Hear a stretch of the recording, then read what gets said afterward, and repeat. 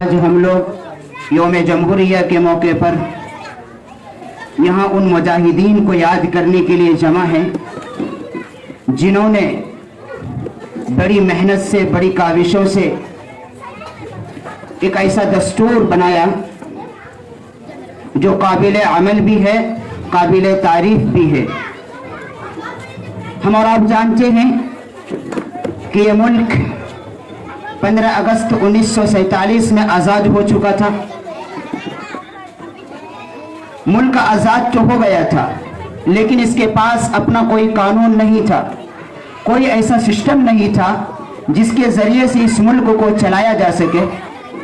तो उस वक्त इसकी ज़रूरत महसूस की गई कि इस मुल्क के अंदर ऐसा कानून बनाया जाए जहां हर समाज के रहने वालों को उसका हक दिलाया जा सके और हर मजहब के मानने वाले को अपने मजहब पर चलने की मुकम्मल आज़ादी होगी। चुनांचे डॉक्टर भीमराव अंबेडकर, मौलाना अबुल कलाम आज़ाद और तकरीबन 200 अफराद ने मिलकर 3 साल की जद्दोजहद में एक कानून बनाया जिसके अंदर 400 से ज्यादा दफात हैं। दुनिया के अंदर जितने भी कवानीन हैं, हर मुल्क के अपने अपने लॉ और उनके दस्तूर होते हैं, चाहे अमेरिका हो, चाहे इंग्लैंड हो, चाहे बरतानिया हो, सब के कवानीन से ज़्यादा जो दफात हैं वो हमारे मुल्क के कवानीन। क्यों? क्योंकि इस मुल्क के अंदर मुख्तलिफ ज़बान के बोलने वाले लोग रहते हैं, मुख्तलिफ मजहब के मानने वाले लोग रहते हैं। यहाँ भात भात की बोलियाँ बोली जाती हैं। वालों ने ये ख्वाब देखा था कि हमने जो बड़ी जद्दोजहद के बाद ये कानून बनाया है, इस कानून के मुताबिक इस मुल्क को चलाया जा सके। यहाँ की अदालतें उसी कानून के मुताबिक फैसले करें और किसी को भी, चाहे वो कुर्सी के ओहदों पर बैठे हों, चाहे वो अदालतों के अंदर फैसले करते हो, किसी को भी यह हक इस कानून ने नहीं दिया है कि वो किसी सिर्फ मजहब की बुनियाद पर कोई फैसला करे या किसी को सिर्फ पूरे मुल्क पर एक मजहब को मुसल्लत किया जा सके।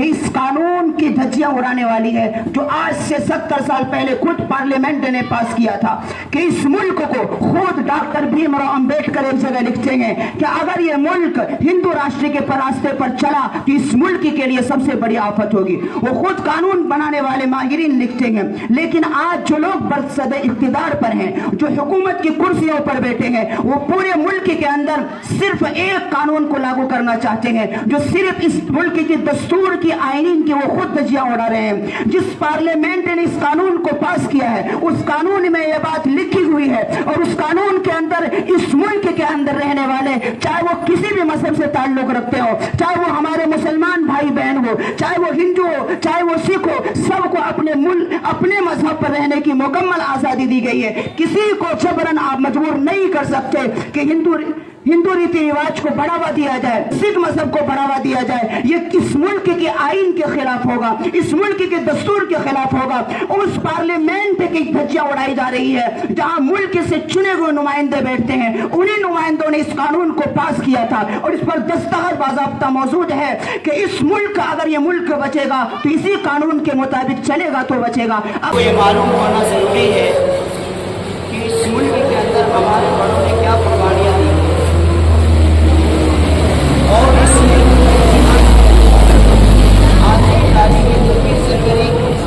इस मुल्क के अंदर रहने वाले तमाम इंसानों के लिए, तमाम मुसलमानों और इस मुल्क के अंदर हर बिरादरान वतन के लिए खुशी का दिन है।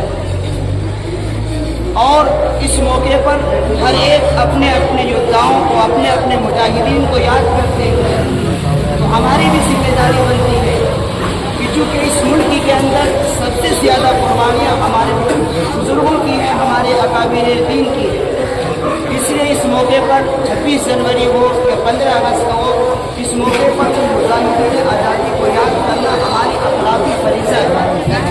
और हमारी आने वाली नस्लों को, छोटे छोटे बच्चों को मालूम होना चाहिए कि इस मुल्क के अंदर हमारे बुजुर्गों ने, हमारे पुरखों ने क्या क्या कुर्बानियाँ दी।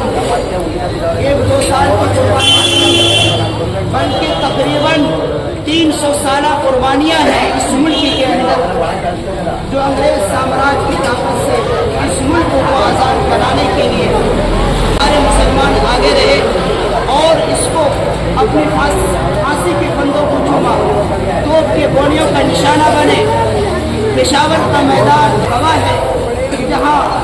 انگریز نے حکم دیا تھا کہ صرف 450 لاشیں جو ہے میدان میں تڑپ رہی تھی، اور کسی نے کہا اگر کسی کی گولی سینے کی بجائے پیٹھ میں لگی ہوگی تو ہم اس تحریک کو واپس لیں گے۔ یہ ہمارے بزرگوں کی قربانیاں ہیں۔ وہ سرنگا پٹنم کے اندر 1799 میں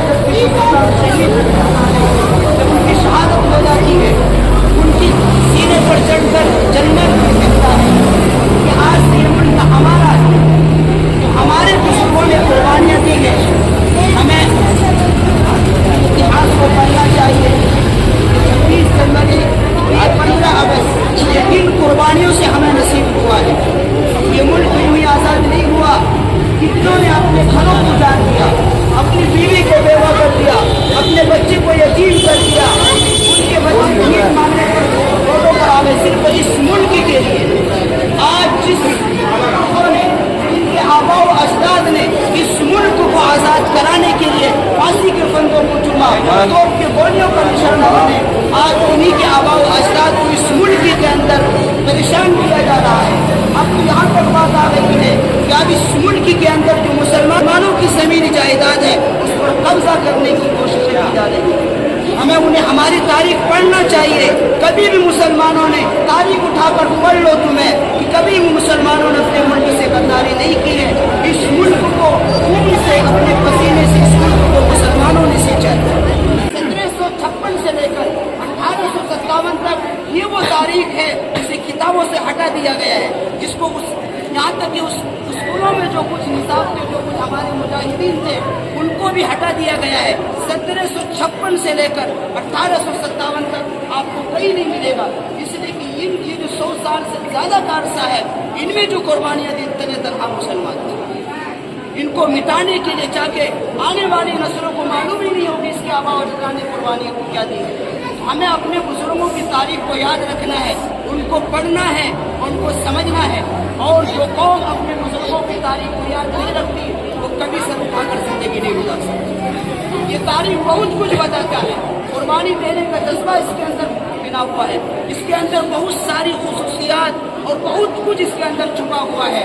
ہم جب اپنے بزرگوں کی قربانیوں کو یاد کریں گے اور یہ عہد کریں گے کہ جس طریقے سے ہمارے بزرگوں نے اس ملک کو آزاد کرانے کے لیے انگریزوں کے سامنے گھٹنے نہیں ٹیکے، انشاءاللہ یہ ملک پھر اگر کوئی قربانی مانگتا ہے تو ہم اس ملک کو، اس ملک کے آئین کو، اس ملک کی دستور کی حفاظت کے لیے اپنی جان کی قربانی پیش کرنی پڑے گی، تو پیش کریں گے انشاءاللہ۔